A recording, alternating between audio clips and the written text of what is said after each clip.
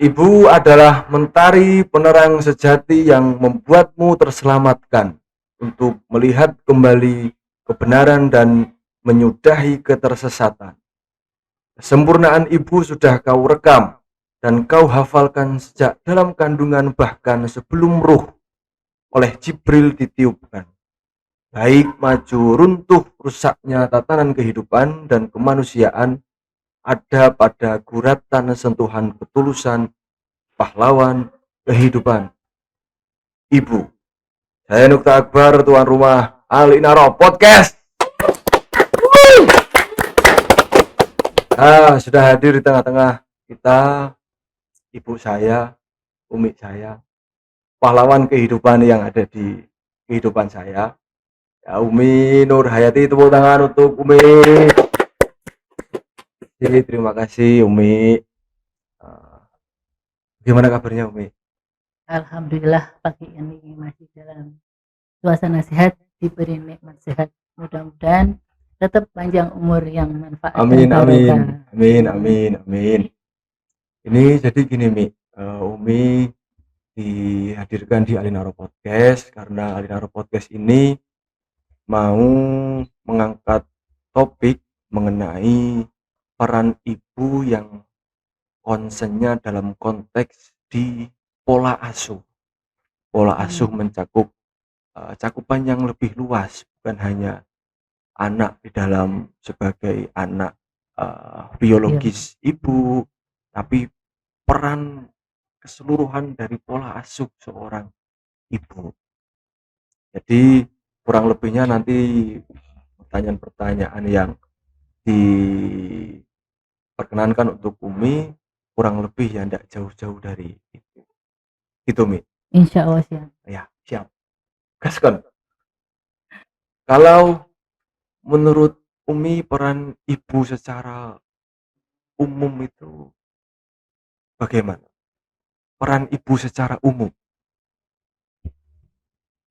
Ya, di sini saya akan memberikan sedikit gambaran peran ibu secara umum.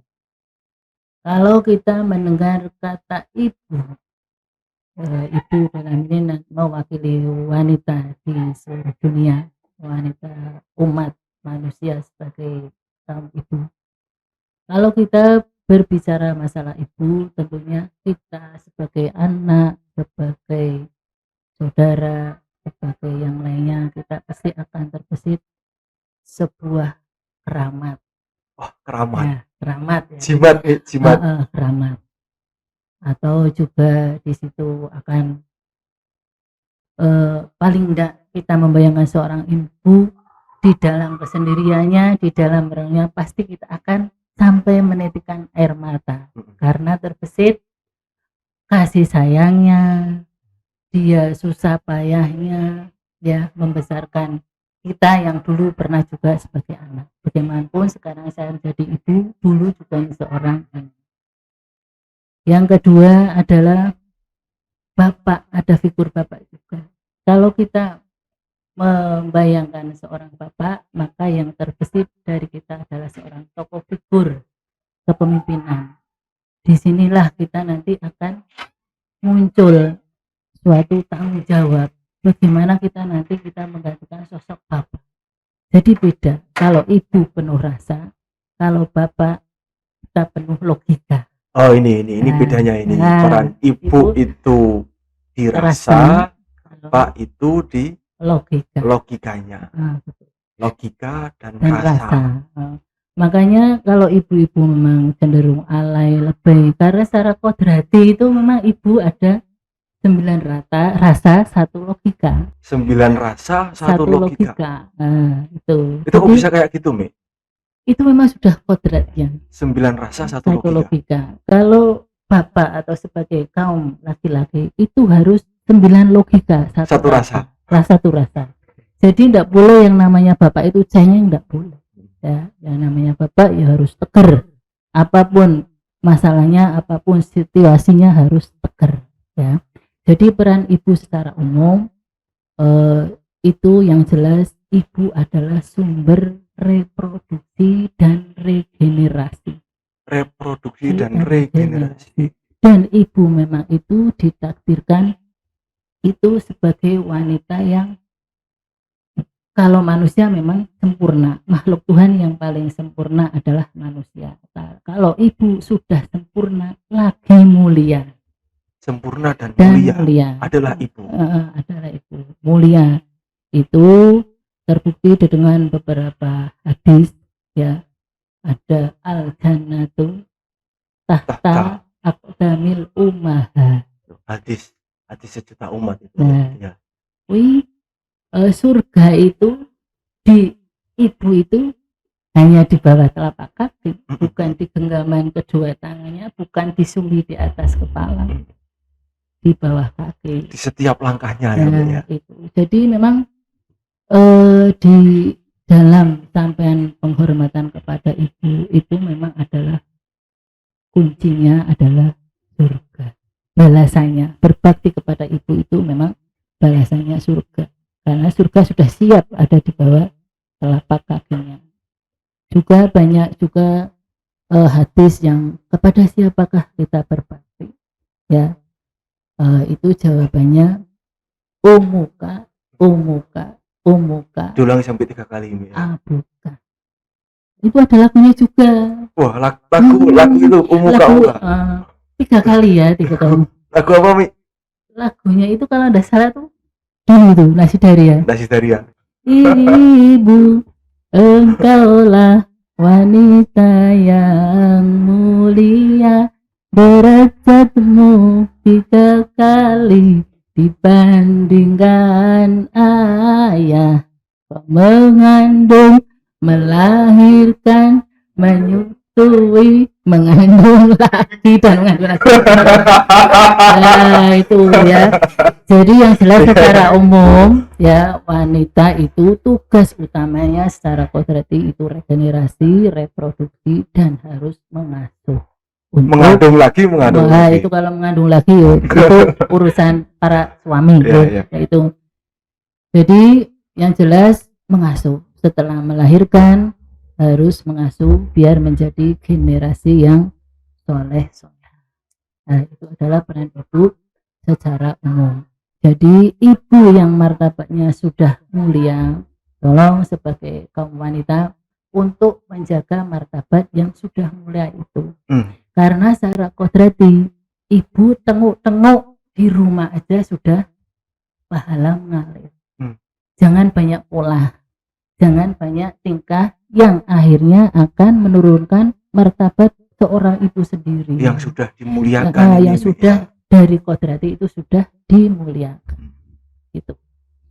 Jadi kesimpulannya secara umum, ibu yang mulia jaga martabat yang mulia, karena tugas utama seorang ibu adalah sebagai reproduksi, regenerasi, itu harus mengasuh agar anak itu menjadi suatu harapan bangsa, suatu harapan agama, dengan tidak lupa untuk anfa'uhum linnas. Nah, itu tuh.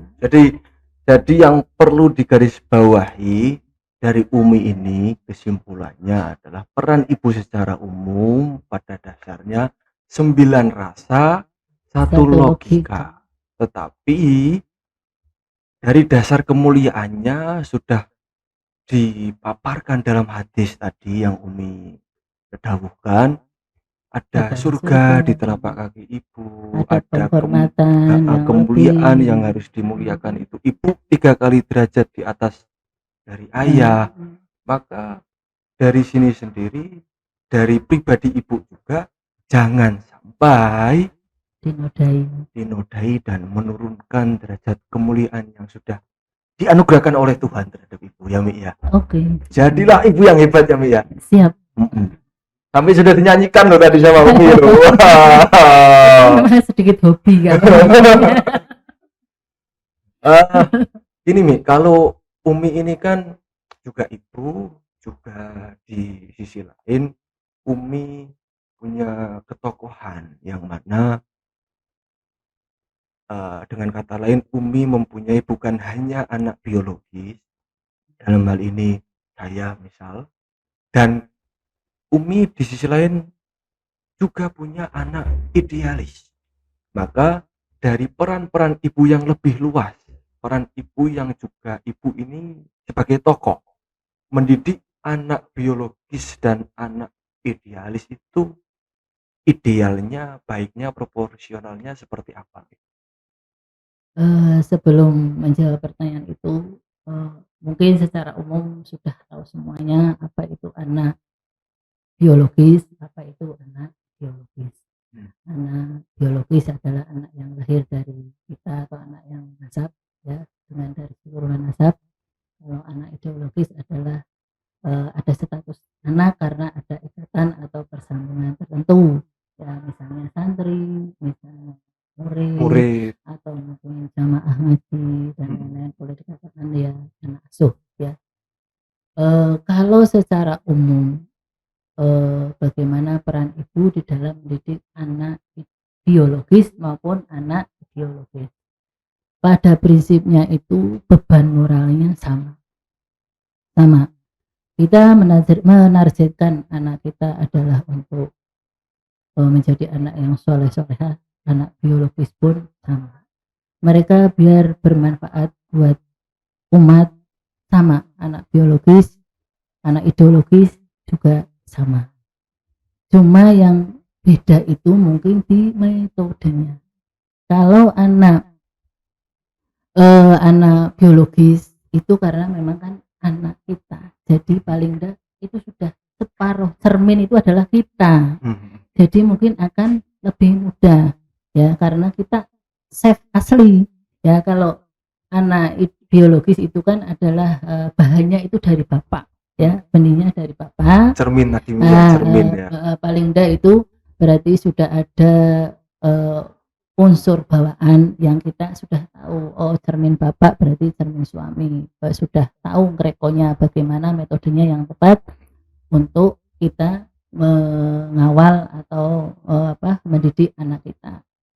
Terus kita kalau bapaknya tadi sebagai yang ngasih bahan, berarti kita memang chefnya itu ya masak, ini mau dijadikan apa, Ya. semuanya sudah ada bahannya sama, kayak bikin donat bahannya sama, ya, tinggal kualitas bahannya ini berarti dari faktor genetika, ya, itu tinggal kitanya itu berkreasi bagaimana bikin donat itu biar empuk, ya, dan ora kemanisan walaupun dengan bahan yang sama. Itu adalah kreativitas dari seorang ibu atau yang tadi diibaratkan seorang chef. Ini dalam konteks anak biologis.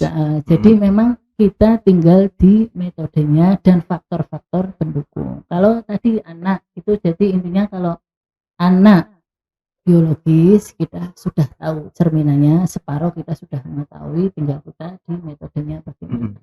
Kalau beban moralnya sama, tujuan dan targetnya sama, pastilah kita semua mengharapkan baik anak ideologis maupun anak biologis itu untuk anfa'uhum linnas semuanya, dan soleh-solehah itu jelas. Kalau anak ideologis, karena itu bukan dari kita, bukan nasab kita, berarti otomatis ada faktor lingkungan, ya, faktor lingkungan keluarga yang beda, ya. Faktor keluarga yang beda. Jadi di sini memang yang diperlukan metode yang khusus, ya, yang khusus. Kita harus mempelajari latar belakang keluarganya, mungkin ada dari faktor ekonomi, faktor lingkungan masyarakatnya sebelum kita asuh dia itu ada di mana, biar target apa yang kita capai dari pendidikan nanti yang akan kita kasihkan itu maksimal, ya. Tidak banyak mengalami benturan-benturan atau mengalami hal-hal yang di luar kebiasaan dia. Jadi rasanya mendidik itu sama persis dengan ibunya, dengan ibunya. Jadi bedanya cuma di situ. Kalau anak biologis itu kan tadi yang seperti Umi jelaskan, sudah separuh, ini sudah cermin, tinggal bagaimana bikin adonannya, gitu kan. Tetapi kalau anak idealis ini kan harus, tadi Umi mengatakan harus banyak yang ditinjau kembali aspek-aspeknya, baik ekonomi, latar belakang keluarganya, masyarakat di mana dia tinggal. Ya, Mi. Kalau sejauh ini Umi sudah sudah sudah sangat lama mendidik anak ideologis ini, anak idealis ini, idealisme Abah Umi ini. Faktor apa sih yang paling mempengaruhi dari proses anak ideologis ini dalam tanda kutip kesusahannya? Yang paling prinsip Mhm. itu adalah faktor lingkungan keluarga. Faktor background keluarganya. Faktor lingkungan keluarga. Karena ini akan menjadi mudah atau sulitnya kita mendidik itu yang jelas dari faktor background keluarga. Background keluarga yang seperti apa, Mi? Contohnya ada yang keluarga itu antusias untuk mengawal anaknya. Ada keluarga yang masa bodoh, walaupun ada di rumah tapi masa bodoh. Kono-kono gitu. Ada keluarga apalagi yang broken. Nah, itu yang jelas mempengaruhi mental anak. Lah kita nanti standarkan dulu mentalnya itu, biar mental standar dulu dari keluarga yang mungkin broken, dia ada minder dan bagaimana dari yang yang dibiarkan dia sakar PDW. Nah kalau sakar PD tidak pernah itu salah itu benar, tidak pernah ada teguran, dia kan akan secara seenak sendiri ya untuk menentukan pilihan hidupnya. Nah itu memang kesulitannya di situ. Yang paling mempengaruhi background keluarga. Kalau masalah yang lain atau lingkungan masyarakat, lingkungan ekonomi itu tidak seberapa. Yang jelas adalah background keluarga. Ya, karena kita harus menstandarkan dulu. Kalau dari keluarga yang baik-baik saja, cukup harmonis, pendudukan akan lebih cepat, enak, tinggal mancal. Ya, apalagi supportnya penuh dari sudah pasrah gitu ya. Dari ekonominya, wes pokoknya ini ada ini ya, dia oke. Terus doanya juga, wah kita tinggal moles ya, lebih cepat, bahkan kadang lebih cepat daripada anak biologis. Apa sebabnya, Mi? Kok bisa lebih cepat anak ideologis daripada anak biologis? Karena kadang di lingkungan keluarga yang berbeda, ya dia dukungan penuh, ya penuh dari ekonomi, dari mungkin dari support doa dan lain-lain. Dia yang menjadi lebih, karena dia bukan dari anak itu kan dia akan lebih manut ya kepatuhannya, di tingkat kepatuhannya aja ya. Dan kalau dengan anak anak biologis ya itu di tingkat kepatuhannya kadang karena dengan ibunya sendiri, dengan bapaknya sendiri, kadang roh dongeng situ. Tapi kalau dengan anak ideologis kan dia terlalu patuh. Lah itu bedanya di situ aja. Makanya saya bilang kadang lebih cepat dalam artian mungkin waktu yang diperlukan. Nah, waktu berarti istilahnya tempo ya, tempo perkembangan. Hal-hal yang baru, sesuatu yang baru, orang tua yang baru gitu, Mi ya. Ya, akan lebih patuh. Itu biasanya begitu. Kalau mendidik itu kan untuk anak biologis dan anak ideologis tuh, Mi. Banyak hal yang perlu diperhatikan, termasuk hal-hal yang mempengaruhi susah tidaknya anak ideologis ini. Kalau biologis tadi itu Umi sekali lagi adonan cermin itu sendiri ya garik mancale, garik meh diempuke apa meh diatoske gitu, Mi ya. Kayak diatoske piye, Mi? Kamplengi kan. Tergantung kebutuhan. Kalau dia harus ada di depan, yuk kita terpaksa harus keras. Harus diinjak. Tapi kalau anak ideologis, faktor yang paling berpengaruh background latar belakang keluarga. Oke, itu kalau di strata anak nih. Lalu ketokohan ini semisal ada di strata usia yang sama, Mi. Misal ibu ini punya majelis taklim, punya rutinan pengajian ziarah selapan pisan atau apa, itu kan mungkin umurnya tidak jauh beda, Mi. Kadang lebih juga. Atau apa. Nah, ini kan ketokohan tetap perlu dibutuhkan dari sosok pendidiknya, Mi.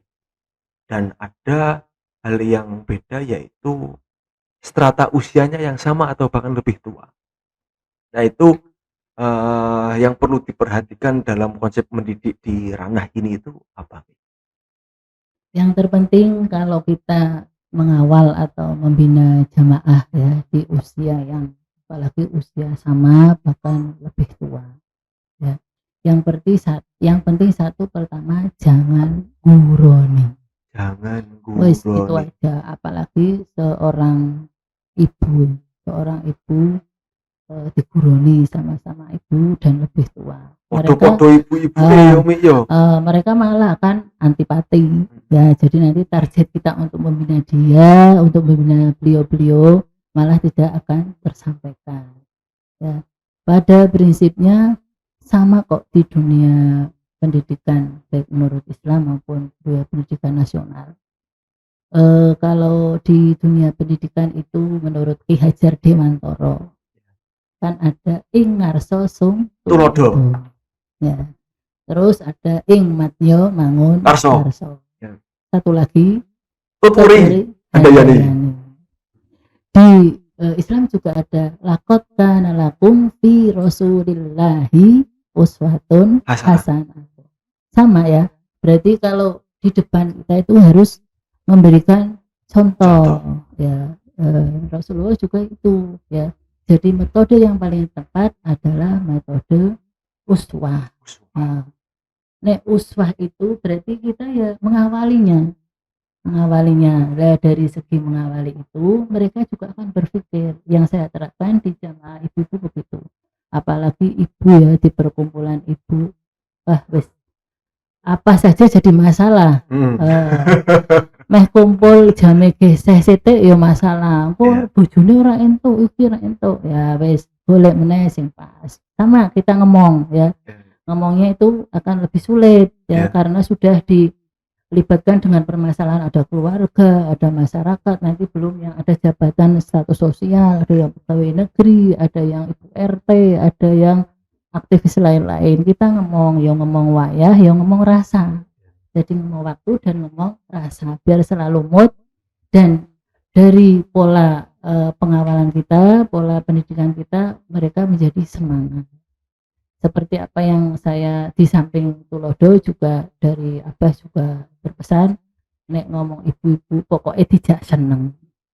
Wes nek tidak seneng mesti engko akan timbul aura positif ya, karena pokoknya jangan lupa bahagia kalau kata Abah. Dan itu jadi buat pedoman ibu-ibu loh. Iya, karena ibu-ibu di rumah mungkin sudah berat bebannya Mi ya. Gitu.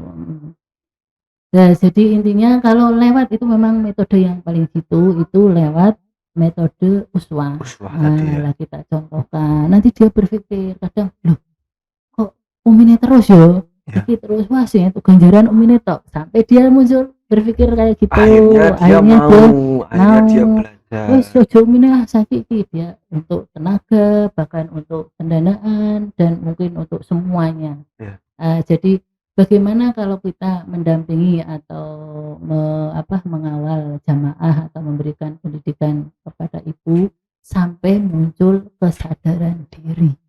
Dan kesadaran itu muncul lewat uswah. Nah, itu. Tapi berarti uswah ini tidak dikotak-kotakkan dengan siapa yang lebih tua, siapa yang lebih muda, enggak ya Mi ya? Enggak. Kalau uswah itu memang semuanya. Kadang yang tua itu sudah banyak pengalaman. Tapi kadang karena rasa egonya, karena sindrom ya. Nek orang tua kan mesti sindrom tua. Ya lo dihormati ya, minta dihormati. Jadi kadang karena itu dia sampai lupa dia di vokalnya, dia vokal ngajari gini-gini tapi lupa dengan uswahnya. Kebanyakan kan orang tua itu ya mudah-mudahan saya nanti besok tua enggak kayak gitu ya. Mesti banyak omong tapi untuk di dalam perilaku untuk mencontohkan itu kadang lalai atau kadang kurang ya. Jadi tidak mengenal usia kalau metode uswah, baik anak dewasa maupun di lansia itu pakainya uswah. Siapapun harus belajar dari uswatun hasanah. Tua muda tua belajar dari uswatun hasanah. Ibu-ibu, jadi Umi ini punya pengajian ibu-ibu Mar'atul Latifah dan Mar'atun Najah. Yuk. Ibu-ibu Mar'atul Latifah, Mar'atun Najah tonton Umi podcast di sini. Lalu begini Mi, tadi Umi mengatakan bahwa ibu itu 9 rasa, 1 logika, bapak 9 logika, 1 rasa. Di situ kan sudah bisa dilihat bahwa perannya beda-beda nih. Perannya dominannya beda-beda. Kalau menurut Umi, ibu itu selalu dikaitkan dengan misal bahasa gampangnya jalur-jalur langit. Itu gimana, Mi? Kalau menurut Umi, memang harus melulu seperti itu atau itu sudah satu kesatuan paket untuk seorang ibu atau bagaimana, Mi? Jalur langit itu memang karena ya itu tadi di awal ibu itu posisinya mulia. Posisi mulia itu dari sebuah kodrati karena memang itu sudah tugasnya dari awal itu sangat berat. Mengandung dan melahirkan aja itu sudah taruhannya nyawa. Ya. Jadi kalau ibu itu bisa dikatakan keramat atau jimat ya, itu ya sudah sepantasnya lah. Apalagi itu firasat seorang ibu. Jadi ibu memang banyak menggunakan rasa. Karena memang dari jalur kodrati yang mulia itu, apalagi mengandung itu kan sudah satu rasa. Dengan regenerasi penerus kan sudah satu rasa yang pernah dia kandung. Apalagi dari tali pusarnya itu tempat anak makan ya di dalam kandungan. Itu dari situ jadi naluri ibu atau perasaan seorang ibu itu peka. Kalau mungkin akan ada apa-apa dengan anak atau suaminya, mungkin ibu yang ada sinyal dulu. Yang lebih sinyal dulu ya. Nah, mungkin ibu ada yang sinyal duluan. Apalagi ibu itu jelas mendidik itu pendekatannya juga dengan tidak hanya dengan pendekatan persuasif, juga pendekatan religius ya. Kau bengi tengah wengi tangi dilei ya. Terus mungkin kalau butuh untuk lebih dekat lagi dengan muasani. Terus apalagi mungkin dengan dibacakan doa-doa atau mungkin hal-hal pesanan tertentu yang bisa membuat anak itu untuk lebih soleh, lebih semangat lagi. Nah itu makanya dari kaitan-kaitan itu, ibu itu tadi apa yang dikatakan adalah dari langit, apa itu? Jalurnya itu dari langit. Ya memang ya persambungannya mungkin dekat sekali. Memang sudah seperti itu apalagi sebuah hadis sudah mengatakan kalau surga itu ada di bawah telapak kaki ibu. Mungkin dari jalur-jalur itu memang jalur yang tidak bisa dilogikakan. Tidak bisa dilogikakan.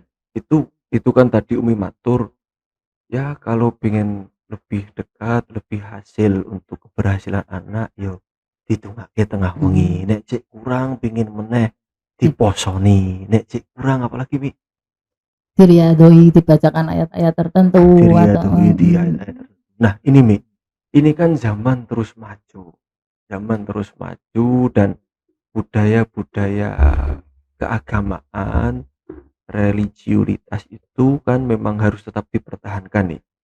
Nah kalau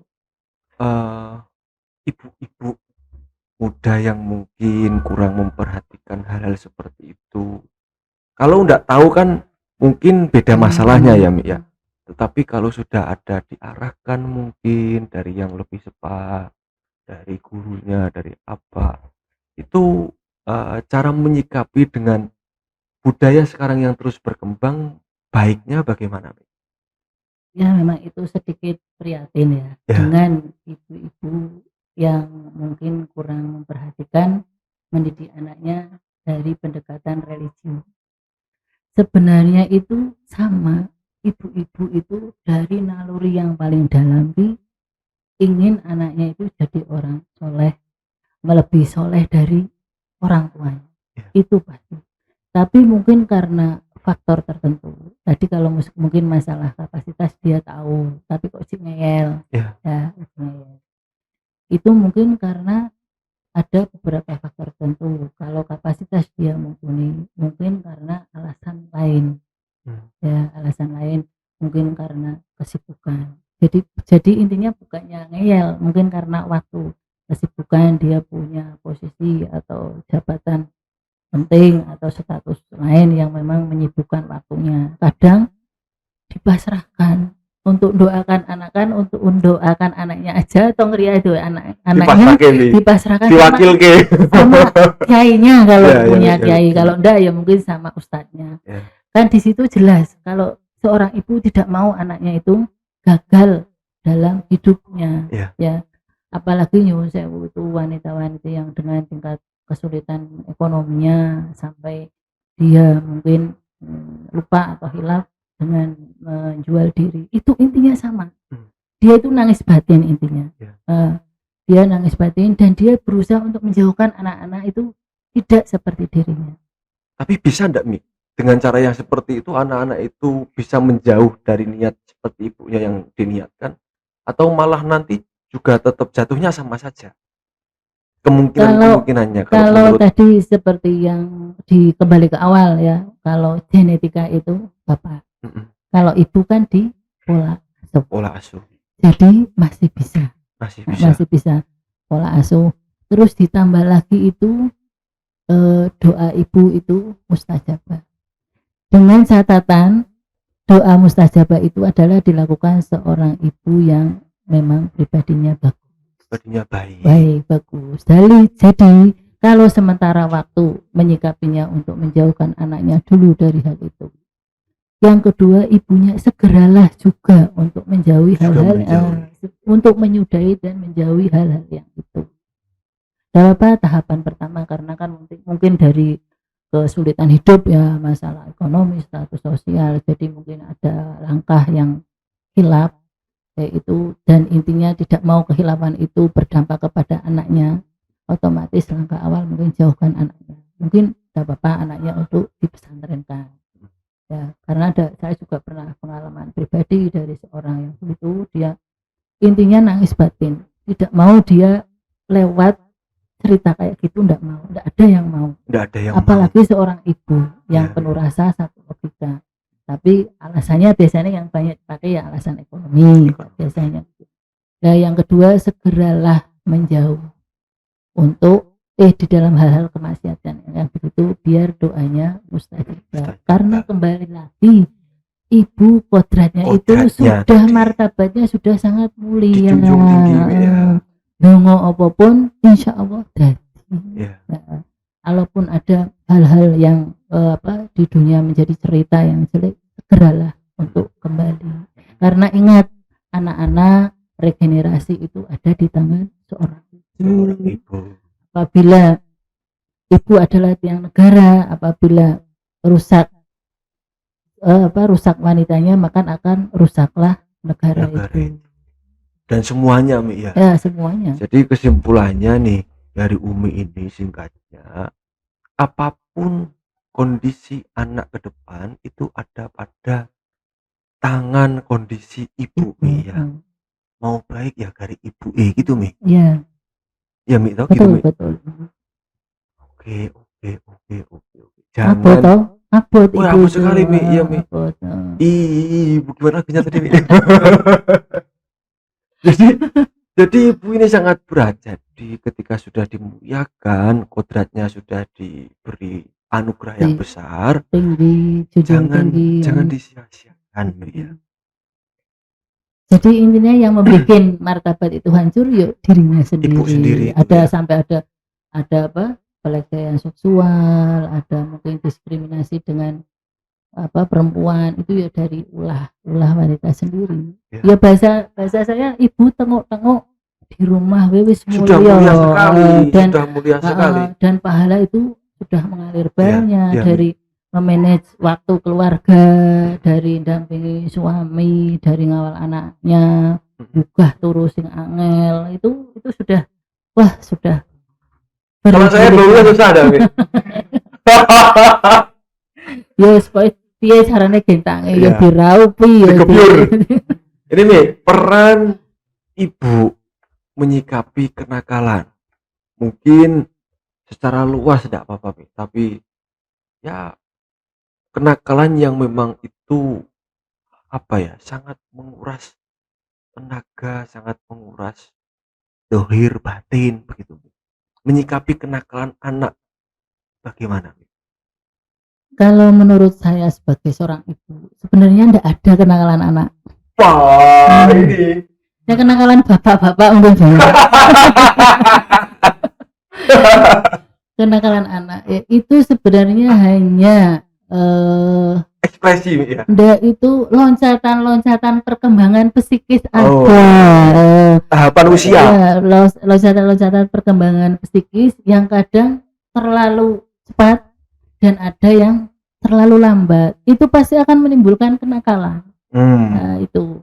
Ya, jadi di sini nanti fungsinya ibu juga sebagai motivator ya, sebagai konselor ya, sebagai pembimbing, penyuluh ya. Ini ibu bagaimana menemukan biar lonjakan-lonjakan perkembangan itu sesuai dengan temponya. Pada dasarnya pola dan porsi perkembangan anak manusia itu sama, cuma di tempo perkembangannya yang berbeda karena dipengaruhi oleh beberapa faktor. Iya, iya, Mi.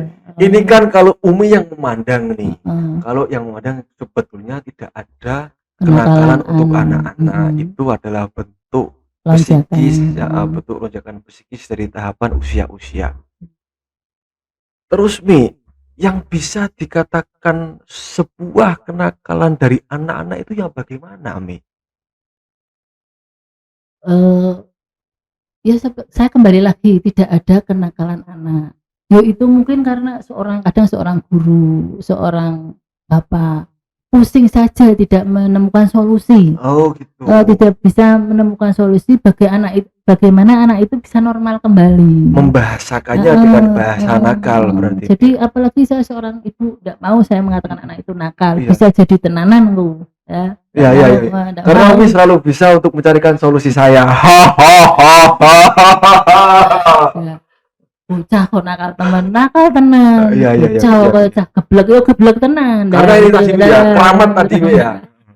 Berarti kenakalan ini timbul karena bahasa orang tua yang tidak menemukan formulasi untuk mengatasi lonjakan-lonjakan psikis ini, Mi. Ya. Gitu, Mi, ya. Jadi sebetulnya nakal itu tidak ada. Nakal itu tidak ada, Mas Adi. Ya, tidak kuliah sampai nilainya tidak keluar itu tidak nakal, Mas Adi.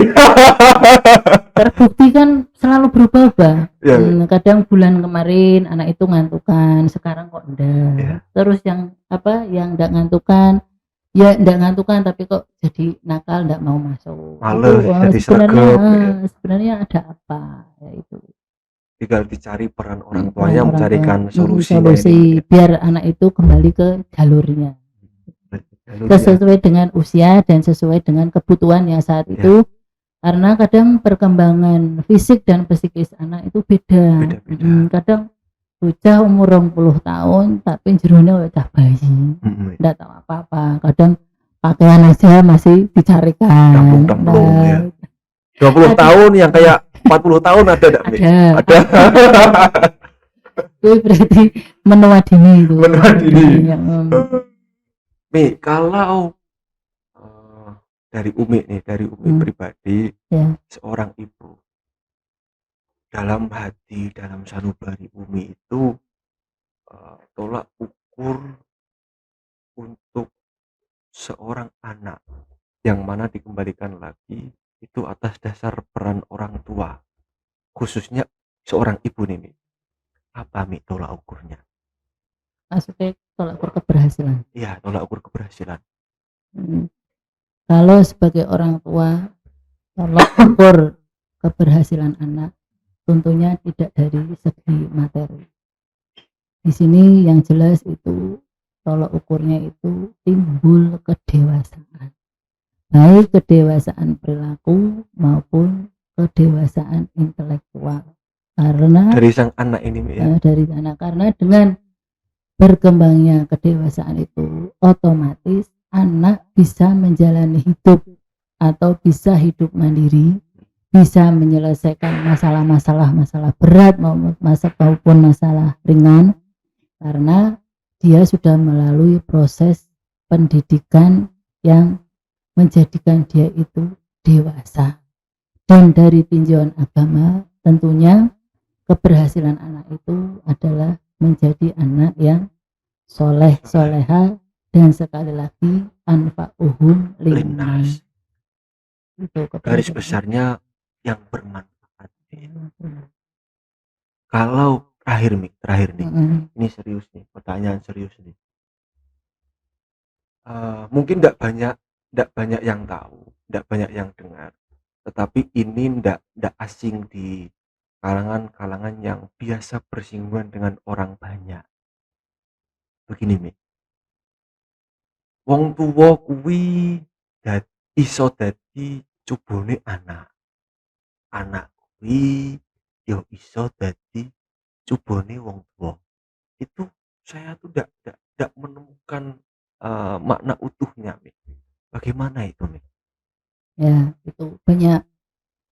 Coba anak bisa jadi cobane wong tua iso jadinya cobane anak, Ya, bahkan kadang saudara juga coba buat kita semua. Mm.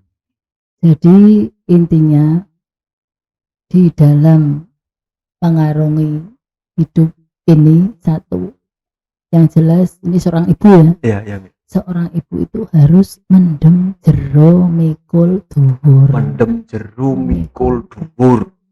Nah, itu. Karena apa?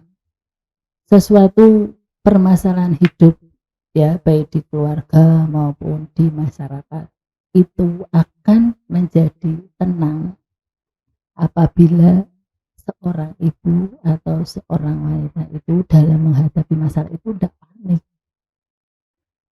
ya, menghadapi cobaan itu udah panik ya.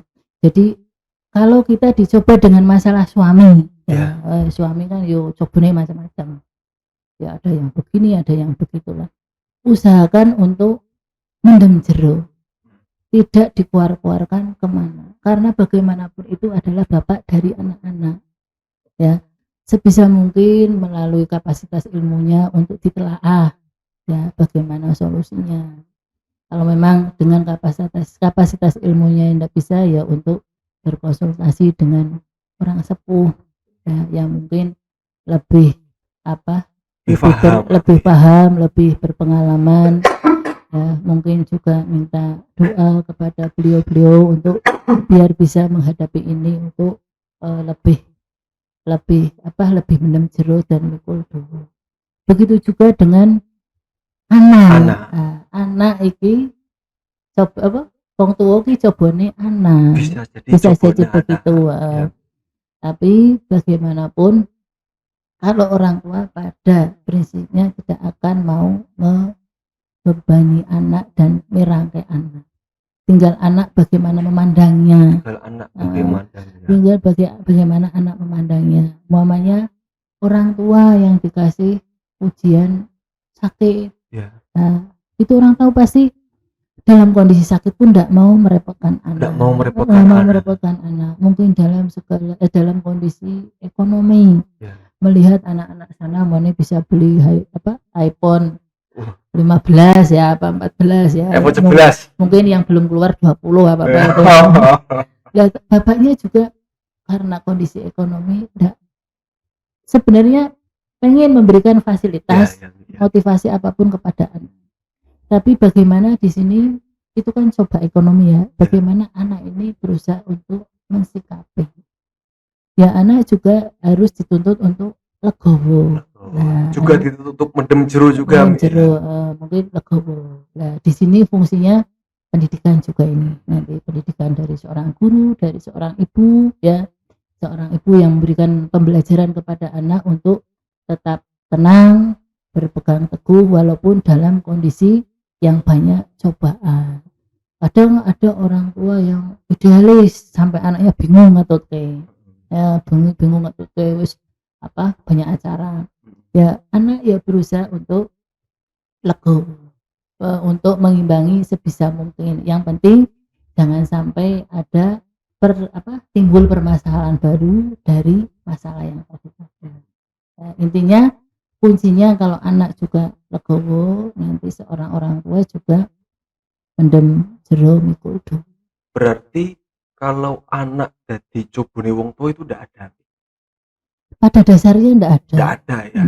Yang ada mungkin yang mungkin Ndak. sedikit bisa dipicu itu yang ada anggapan wong tua dadi cobone anak malahan ya. Maka Umi mengatakan tergantung, maka akhirnya tergantung dari anak itu bagaimana memandangnya. Begitu Mi ya. Karena bagaimanapun anak memberikan balasan, memberikan fasilitas, memberikan apapun yang tinggi, yang bagus itu belum bisa menebus jasa orang tua karena tidak terukur dan tidak ada alat ukur yang bisa mengukur, apalagi cuma timbangan. Tidak bisa. Ngono kok dadi coba Mi yo. Wah, bisa. Jangan kok coba. Wong tua sudah mulia, sudah berat hanya karena sesuatu hal yang kadang sedikit memberatkan, darani coba. Wong tua kok dadi coba. Wong tua jimat kok dadi coba Mi yo. Kan kebalik ini Mi. Lucu ini. Oke. Jadi itu intinya ibu itu sudah mulia, ibu sudah diposisikan dengan anugerah yang sangat besar. Dari Umi tadi sudah dijelaskan, maka jangan disia-siakan, jangan direndahkan, jangan dirusak, karena kesuksesan seorang anak ada pada asuhan kesempurnaan seorang ibu. Itu Mi ya. Terakhir Mi, pesan-pesan dari Umi untuk siapapun yang mendengar, entah itu ibu-ibu, entah itu anak-anak, entah anak-anak ini yang delalah mungkin juga punya prasangka yang menganggap wong tuaku kok angel, yang menganggap wong tua jadi coba atau apa. Pesan-pesannya apa? Bisa dilihat di kamera yang mana? Yang ini nih. Ini untuk semua saja kaum ibu. Pesan saya kepada kaum ibu semuanya, karena ibu itu memang secara kodrati sudah mulia, tolong jaga martabat seorang ibu atau seorang wanita. Itu pesan yang cukup singkat tapi sangat sulit untuk dilaksanakan. Satu itu aja, untuk jaga martabat seorang wanita yang pastinya akan menjadi seorang ibu, karena yang jelas ibu adalah reproduksi, regenerasi yang akan menentukan generasi suatu bangsa maupun suatu agama. Ya. Begitu aja Mi pesannya. Tadi Umi katanya sudah menyiapkan katanya sudah menyiapkan pantun. Sekarang? Jadi enggak Mi? Jadi buat penutup podcast Mi ya Mi. Untuk semua pemirsa Al Inaro Podcast, ada sedikit pantun tadi yang dadaan, tapi tidak tahu pula dadaan ya. Iya. Yang penting cakep ini. Kue brownies enak rasanya. Cakep. Dimakan sambil minum es. Wahai para pemirsa nun jauh di sana, jangan lupa lihat Al Inaro Podcast. Terima kasih. Pantunya cakep. Nah, itu saja podcast Al Inaro Podcast kali ini. Sekian dan terima kasih. Sampai berjumpa di Al Inaro Podcast berikutnya. Assalamualaikum warahmatullahi wabarakatuh. Waalaikumsalam warahmatullahi wabarakatuh.